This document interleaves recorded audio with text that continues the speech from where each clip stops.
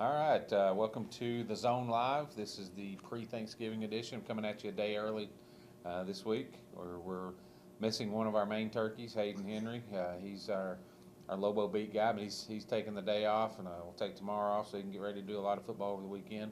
We do have Brandon Ogden here with us. We're going to talk a lot of high school football playoffs. Got some great games this weekend.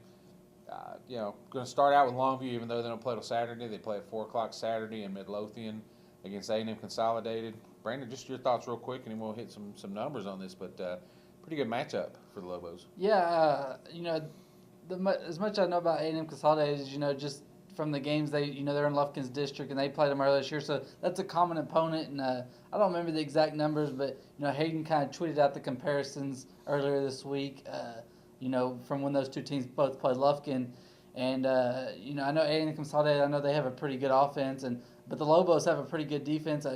I think we said, both their playoff games they've had defensive touchdown, and a lot of games this year, especially Traven Howard. I think he's got 8 interceptions now, and that Lobo defense has really came to play, especially in the playoffs. Yeah, absolutely, and that's John King likes to talk about. Lobo head coach John King talks about making the 4, 5, or 6 plays during the course of a game that really decide a game. I mean, at this point especially.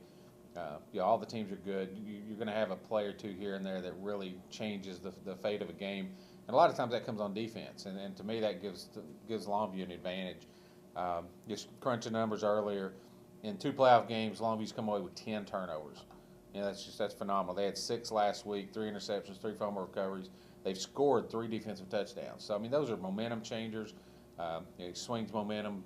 From a lot of times if you're heading in thinking you're about to score, get a field goal, get a touchdown, and then you not only turn the ball over, then the other team goes the other way with it. Just momentum killers. It just really, really deflates a team.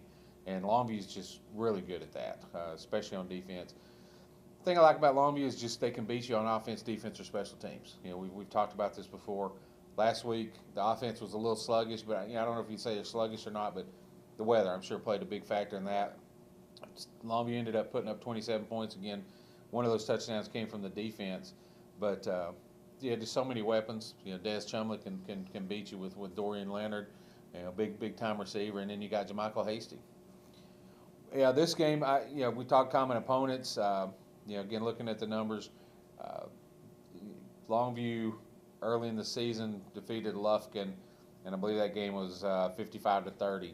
A week later, Lufkin played A&M Consolidated in a district game, and Consolidated won that game 42-41. I don't know what what kind of stock you can put in that. I mean, it's one of them was a close game, one of them was a blowout. I know Longview and A&M Consolidated are both better at this point in the season, but again, that was the one common opponent they've had. Talking to Hayden earlier, he was giving me a few tips on the Lobos while he's off somewhere eating early turkey or something, but. He was telling me that this is the 10th Longview football team in 105 years of Lobo football to make it to the 4th round of the playoffs. So just a lot of football tradition there for Longview. It should be a great game. Again, 4 o'clock Saturday at Midlothian. Hayden will have a story on the Lobo defense in tomorrow's newspaper. And it'll be online at etvarsity.com. He'll come back with a preview capsule for Saturday, and then, of course, we'll have the game for you in the Sunday paper and on etvarsity.com. A lot of other great games. Friday starting it out early at Citibank Stadium in Forney at 2 o'clock. Kilgore and Frisco Lone Star. Well, what are your thoughts on this one?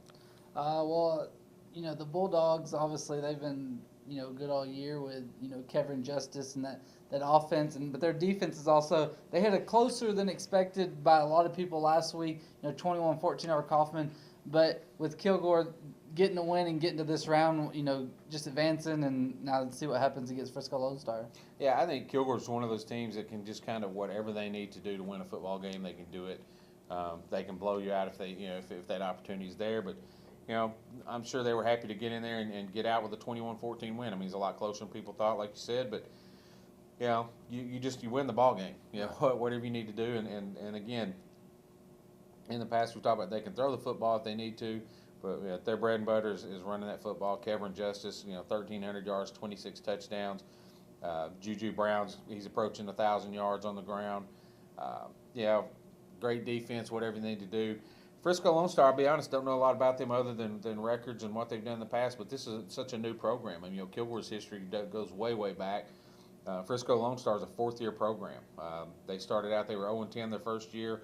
They've gone 4-6, 7-4, and now this year they're 8-4. So, yeah, it's a program on the rise up there. That game again is at 2 o'clock Friday at Citibank Stadium in Forney, and should be a great game. Another game, Gilmer and Argyle. Boy, I think everybody around the state is talking about this game. What do you see from this one? Well, like you mentioned earlier, this is the fourth straight year they've played in the playoffs. Argyle won the first two.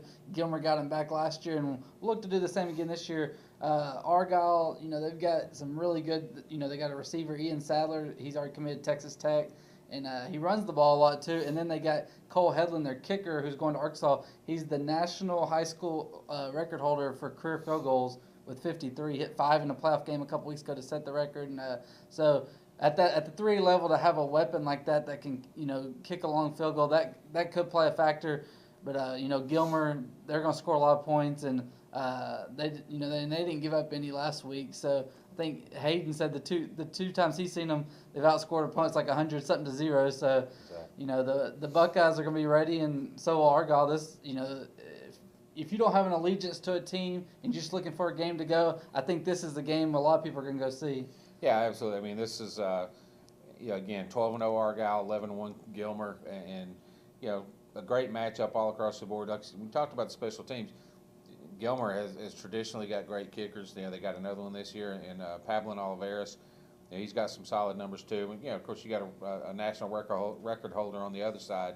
If it comes down to special teams, who knows what might happen there? But I don't know. I don't know if this one will come down to that. I mean, Gilmer right now. You look at the offense; they're able to put up 48 points last week. And that was in bad weather. In bad weather, yeah. But again, that defense is just sometimes overlooked. Some great players over there. DeMarco Boyd. I mean, this kid, 50 tackles, 9 quarterback pressures, 6 sacks. He's in the backfield all the time. Linebackers John McPherson and Josh Walker, of course. Texas A&M verbal pledge. Yeah. Great teams all around. That game's going to be at 6 o'clock on Friday at Kincaid Stadium in Dallas. You have a question? Yep. Who is your picks for Gilmer versus Argyle? Who's going to win? I cannot pick against Gilmer. Yeah, I'll stick with the Buckeyes. Yeah, you look on paper.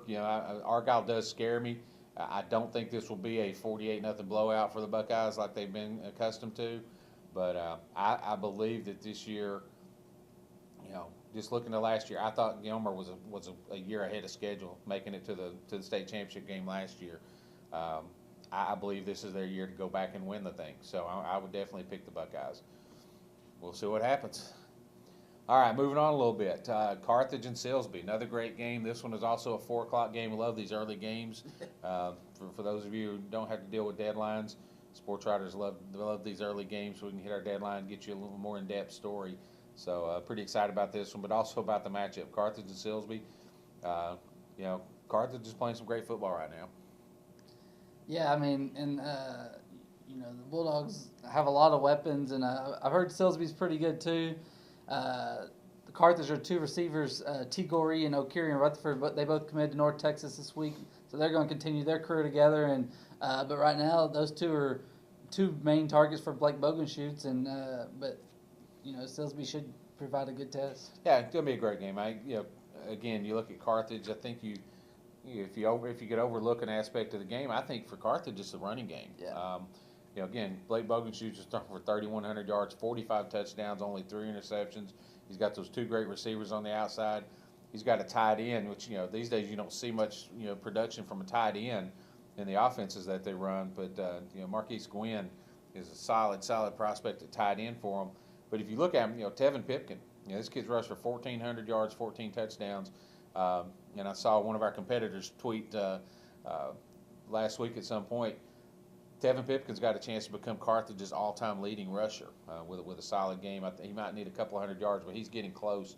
And that says a lot because Carthage has had some great running backs. Chris Briggs is the school record holder.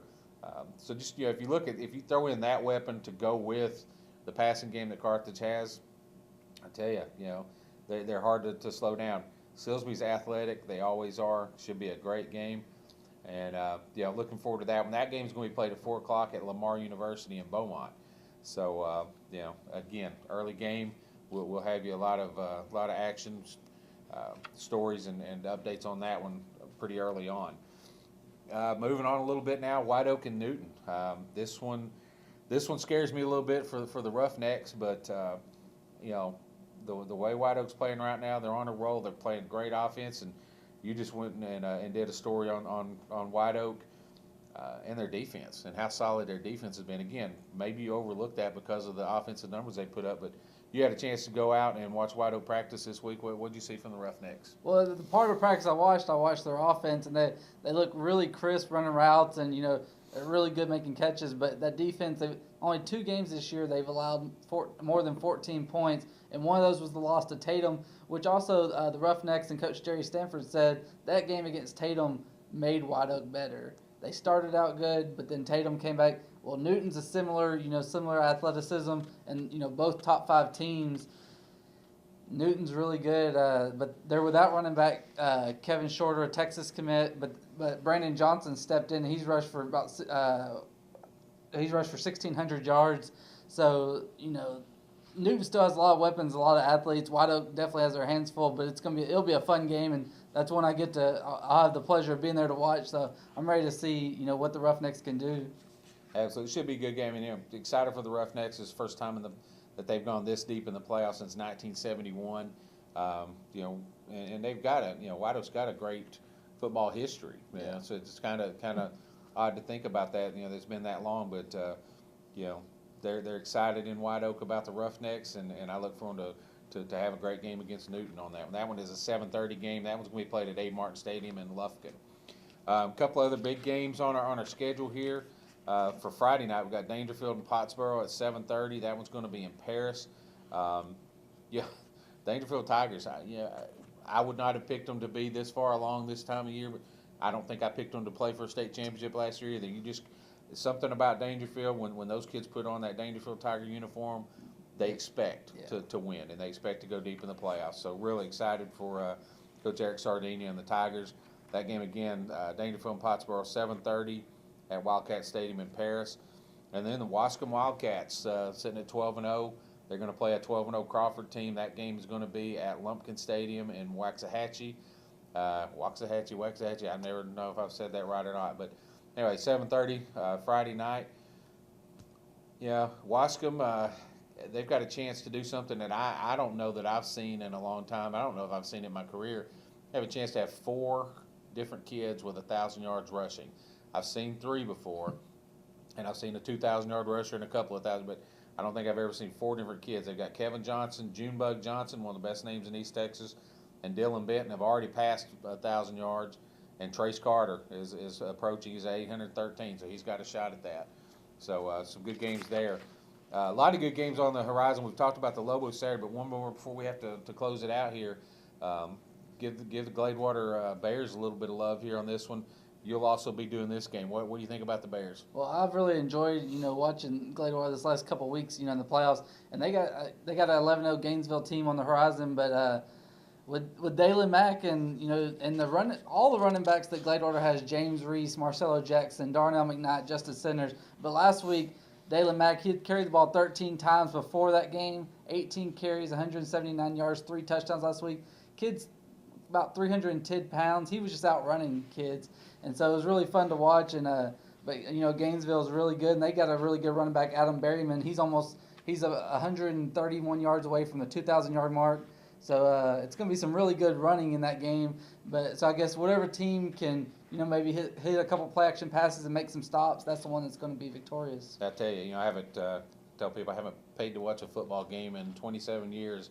I would pay to see Dalen Mack run the football. I mean, this kid's a phenomenal athlete. He's not just a big kid out there running around. I mean, this kid's about 6'2", 310 pounds maybe.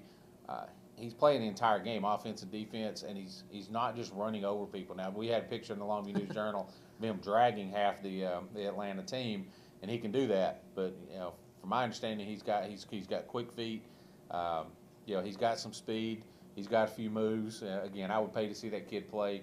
Really happy for Coach Jared Ball and the Gladewater Bears, and wish them luck Saturday. That game's at 4 o'clock Saturday at Royce City ISD Stadium. So get a chance to look at that one.